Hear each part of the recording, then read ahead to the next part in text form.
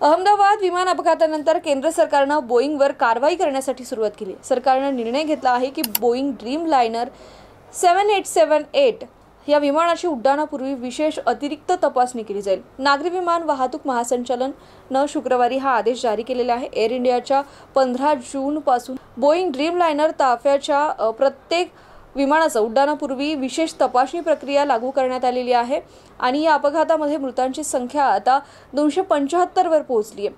बीजे मेडिकल कॉलेजच्या वसतिगृहाच्या इमारतीवर कोसळलेलं विमान होतं हे आणि या दुर्घटनेमध्ये स्वयंपाकी, डॉक्टर्स, कर्मचारी यांच्यासह 60 पेक्षा जास्त लोक तिथे त्यावेळी उपस्थित होते.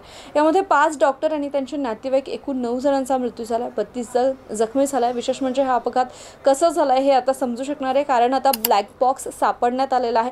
डिजिटल फ्लाईट डेटा रेकॉर्डर म्हणजे ब्लॅक बॉक्स ज्या इमारतीवर विमान कोसळलं तिच्या छतावर सापडलाय आणि ब्लॅक बॉक्स विमानाची उंची, वेग, तांत्रिक डेटा, कॉकपिटचा आवाज आणि संभाषणही रेकॉर्ड करत असतं. हा बॉक्स 1000 अंश सेल्सिअस तापमानातही टिकतो. टायटॅनियमपासून बनलेला हा बॉक्स गुरुत्वाकर्षणापेक्षा 3400 पट जास्त बल सहन करतो आणि 11000 अंश सेल्सिअस तापमानातही 1 तास आणि 60,000 मीटर खोलवर पाण्यामध्येही 30 दिवस हा टिकून राहू शकतो. त्यामुळे हा विमान अपघात नेमका कसा घडलाय आता हेच समजणार आहे.